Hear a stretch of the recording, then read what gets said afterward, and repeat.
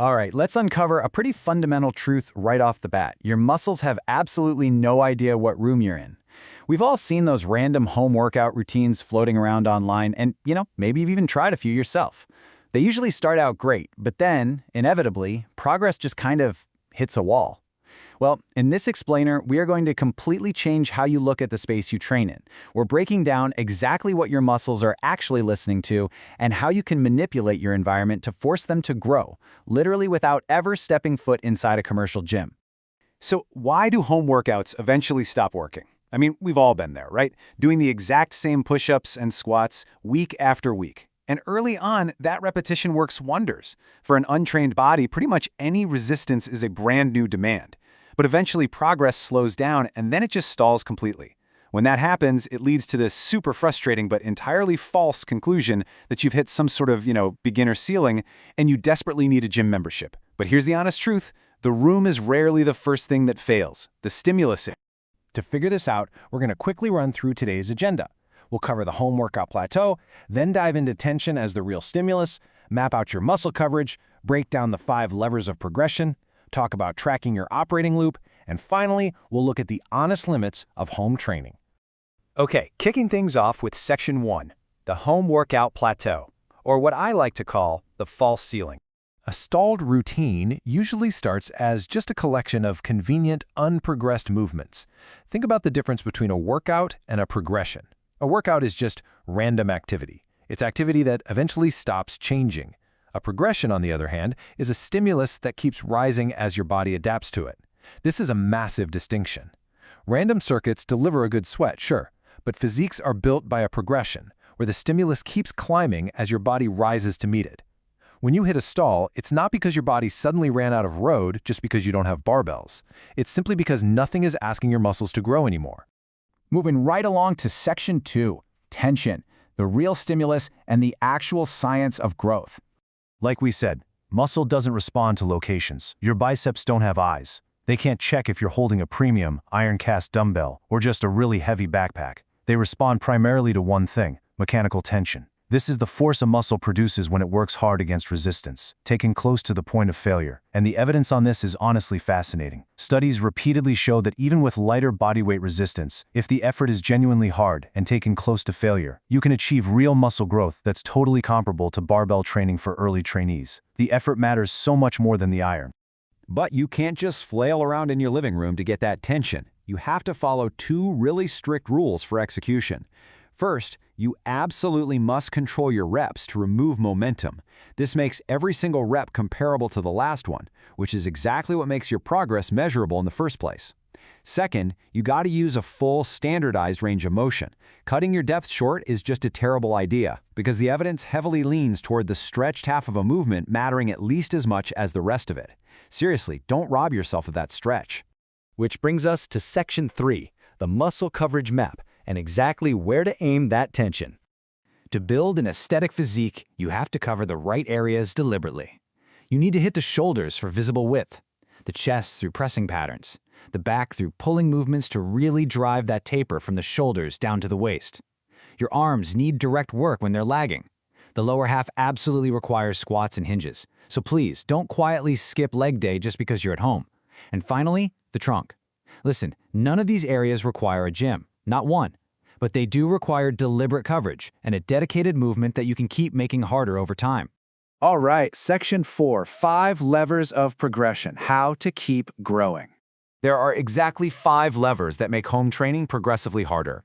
And you should treat this specific order like a default decision hierarchy to raise your resistance. Think of a lever as just any change that makes the same muscle work harder. The first lever is always going to be your baseline starting point, and the 5th lever is always your reset point. Those 3 in the middle? You just choose whichever one is the cleanest, most practical step for the specific movement you're doing. So let's break them down. Before you change literally anything else, you must exhaust level 1. This is your baseline. Take a standardized movement, same depth, same control, same setup, and simply add clean, honest work to it. 8 clean push-ups become 10 and then 12. Nothing else changes except the amount of work you are forcing your body to do at that exact same standard. So many stalled routines fail simply because they never exhausted this first lever. The reps were never standardized enough to even compare from week to week.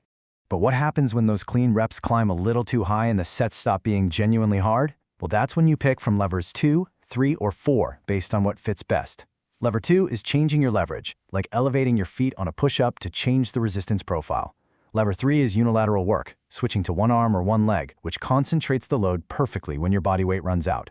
And lever 4 is external load, like wearing or hugging a heavy backpack filled with literally every heavy textbook you own. You just pick the cleanest practical step to raise the difficulty. And finally, we reach lever 5. When a movement takes 30+ repetitions before it even begins to feel challenging, and you just can't practically load it anymore, you replace it entirely. Pushing past 30 reps can still build muscle, sure, but it takes forever, it's uncomfortable, and it's incredibly hard to push honestly to failure. Replacing it with a harder variation restores a clean, measurable working range, and your climb starts all over again. Okay, jump to section 5, tracking your operating loop. Basically asking yourself, did you produce more clean work? These 5 levers only work if you can honestly answer one vital question. Did you produce more clean work than last time? To know when to actually pull a new lever, we use a working heuristic, the number 20. When your clean reps drift into the high teens or low 20s, and they just stop feeling genuinely hard, it is time to pull a new lever. Muscle can grow across a wide rep range, definitely, but this number marks the territory where sets tend to get long, loose, and much harder to properly push to near failure. And to track that loop, you absolutely 100% must write it down. Progress at home is, well, it's quiet. You don't have bigger plates clanking around or fancy new machine settings to show off, so boring tracked progress in a notebook beats novel random circuits every single time. Write down the movement, the variation, the reps, and the load. Trust me, the log shows your progress on paper long before the mirror will ever admit anything to you. Bringing us to our final part, section 6, honest limits of home training when body weight runs out. Now, while home limits are very real, I want you to remember this profound realization. Load and equipment are tools for creating and progressing tension. They were never the mechanism itself. Tension is the mechanism. This reminds us that the limits of home training are narrow and specific. They're not structural. They do not turn home training into a lesser tool. It just means you have to be smart about the tools you have. There are basically 2 specific limits you will eventually hit. First, your lower body attacks incredibly fast. Legs and glutes are super strong, and eventually heavy hip hinges and squats just run out of clean bodyweight loading room. I mean, a backpack can only hold so much weight. Second, heavy vertical pulling barely exists without something to hang from. You desperately need at least a cheap doorway pull-up bar. But remember, for most trainees, these constraints sit much further down the road than you probably think. Upper body pushing and pulling have a massive runway just using the levers we just discussed. So, as you look at your next living room workout, I want you to ask yourself this one absolutely critical question. Is your equipment actually failing you, or is your stimulus just waiting for you to force a progression? The progression side of home training is completely solvable. Stop blaming the room, check your baseline, and ask yourself, what lever are you pulling today?